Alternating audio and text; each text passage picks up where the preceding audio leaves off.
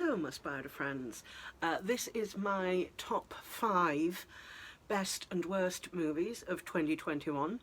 I used to do this every year and I used to do 10, but what happened was as it went on I started avoiding watching movies that I knew would be terrible, and then I could never seem to make up enough of bad movies, so I brought it down to 5 and that took a lot of the pressure off.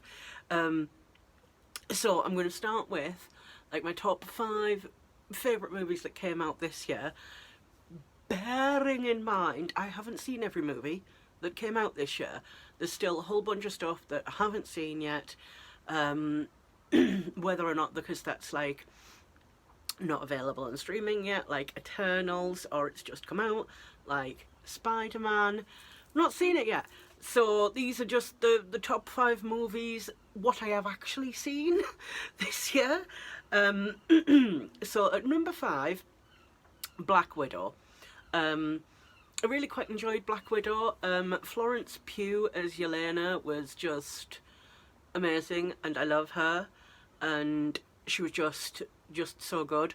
For me it was a bit disappointing that they had to wait until they killed off Black Widow to actually give her own solo movie. It would have been nice if they'd have done that while the character was still alive.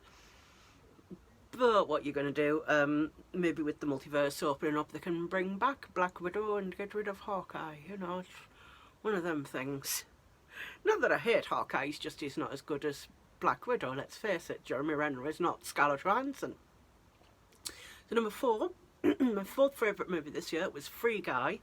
When I was watching it with my friend, we were like, oh, this has been made by somebody who actually gets gaming, who actually gets what it's like to be a gamer. And there was lots of lovely little things in there that if you're a gamer, you've played a lot of online gaming, you would recognise and go, oh, that's a little, that's for us. But it's not going to ruin the enjoyment of people who had no idea about online gaming. So yeah, it was an enjoyable film, you know, it wasn't Citizen Kane, but it was, you know, it was pretty enjoyable. Number 3 for me, and it was hard placing these, but number 3 for me was The Suicide Squad. Now, the more I read about the David Ayer cut of Suicide Squad, the worse I feel for him, because it feels like he really got screwed over with that movie. But The Suicide Squad by James Gunn, highly entertaining, highly entertaining. You know, Margot Robbie makes a really good Harley. Idris Elba made a really great Deadshot, Bloodsport. King Shark was adorable, which was the exact opposite of what James Gunn was going for. He wanted him to be not adorable, and he failed miserably because Nanawe, I've been watching the Harley Quinn animated series, and she has King Shark as one of her mooks essentially, but it's a very different version of the character. So it's for the Harley cartoon it's King Shark, and for the Suicide Squad it's Nanawe, and they are quite different characters. But I like them both, and I particularly enjoyed the movie. It was very funny, it was very touching. I liked the characters that they introduced. It was just a great all-around movie. And ultimately when I was putting the list together, I was ordering this on how many times I'd watched the movies. So The Suicide Squad, I think I've watched 3 times. So it went at number 3, and the next 2 I've watched a few more times than that. So my number 2 favourite movie that came out this year was Thunder Force. This was a Netflix movie. It was Melissa McCarthy and Octavia Spencer, who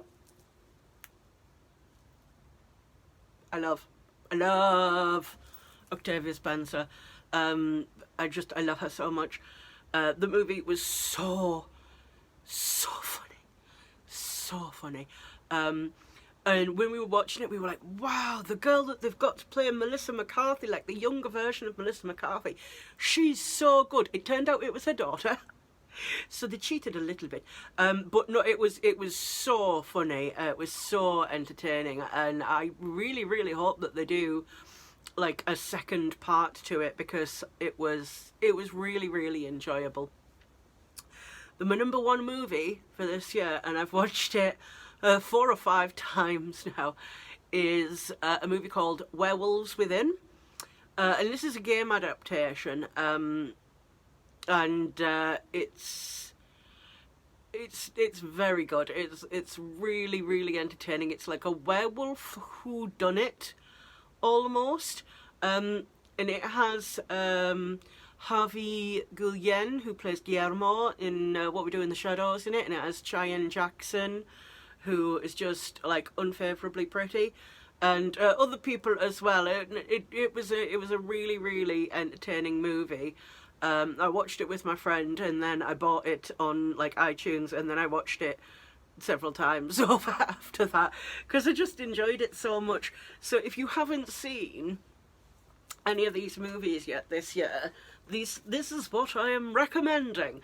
I am recommending Black Widow, Free Guy, The Suicide Squad, Thunder Force, and Werewolves Within. Those are my 5 movie recommendations for 2021 out of the films what I have actually seen.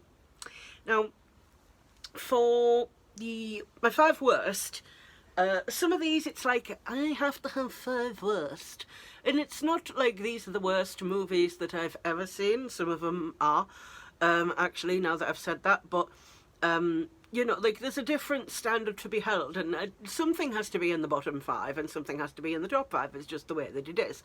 So number 5 for me, for the worst movies of the year, is Venom: Let There Be Carnage. I know that I said when I saw the movie that it was actually quite entertaining because I had very, very low expectations. That still doesn't make it a good movie, and I think it has very much earned its place at number 5 of the worst movies of the year. But as I said in my entire video about that movie, there were things that can be done for the future of the franchise that can fix things. Number 4 is Coming to America. Now,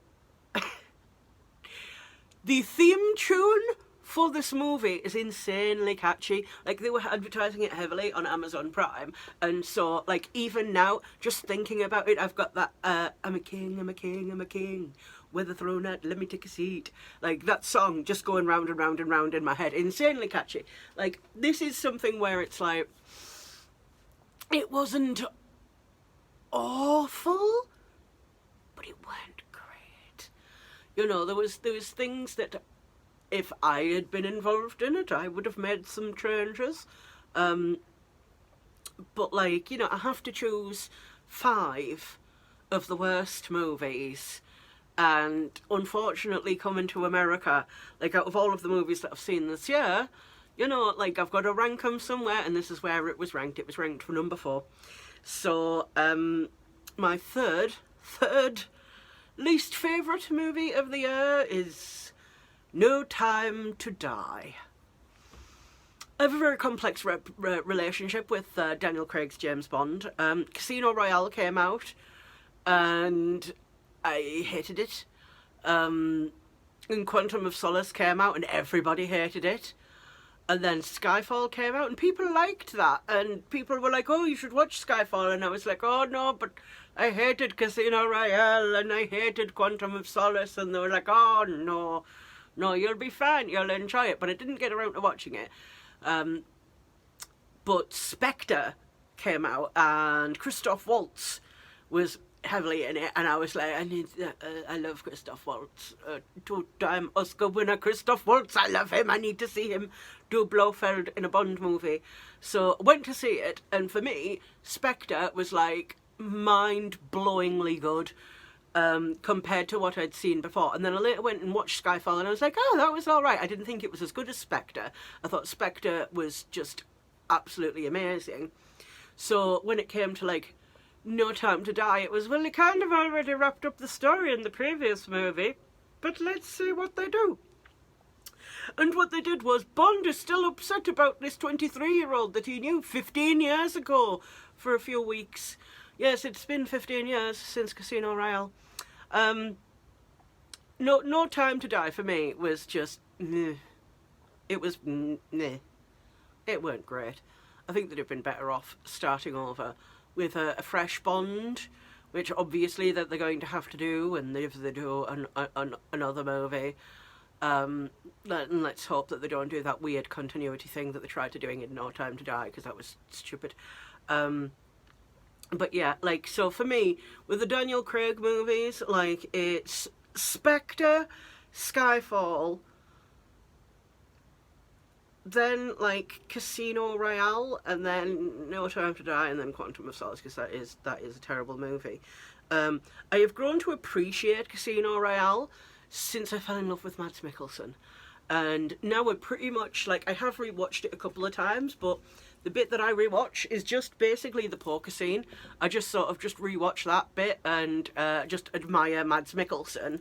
And my friend who, like, she's like, but he doesn't understand poker and I do, so I have, like, an advantage on that. But if you don't understand poker, then you've got no chance of getting a lot of the subtleties and the nuances of the scene. Thank God they didn't stick with Baccarat that was in the book. But yeah, so it wasn't an impressive outing by Mr. Bond. We'll see what the next Bond brings. So, my number two worst movie of the year is a movie called The Ice Road. And this is a stupid movie about Liam Neeson being an ice road long distance lorry driver who has to get some important equipment to some scientists that needs to be there very quickly, but it's too cold to fly a helicopter, or it's too windy to fly a helicopter, or for some reason they can't use a helicopter, so they have to use these heavy duty lorries, but it's getting close to the time when the ice roads will thaw, so it's a bit dangerous, and it's a really, really stupid movie. I was watching it like what the hell is this? It's really dumb and not very entertaining, and it doesn't make much sense. But if you're a huge fan of, like, Liam Neeson, and you're a huge fan of watching people drive lorries for long distances, then The Ice Road might actually be for you. It wasn't for me, but it might be for you. So then I come to my number one worst movie of the year, and this is probably going to be a very strong contender for worst movie of the decade, because this is Home Sweet Home Alone. Oh God, what an awful, awful movie that is. It's just absolutely atrocious. Like, I don't think the people who knew it got that in a Home Alone movie, you're not supposed to hate the kid, which you very much do in this movie. You very much hate the child, and the burglars, you're kind of on their side, and you really kind of hate the kid for the stuff that he does to the burglars. And yeah, it's not a good movie. It is not a good movie. I watched it so that my friends didn't have to, so that I could tell them just how atrocious it was, that they should not watch the movie because it was bad. It was so bad. It was so bad. And this is nothing against, like, the kid actor, because the kid actor was very good in, like, Jojo Rabbit.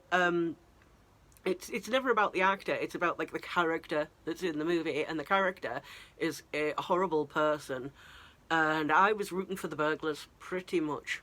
So yeah, it was a failure.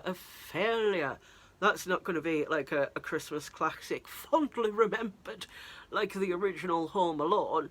Oh no. This is one of the worst movies. Like, I felt offended.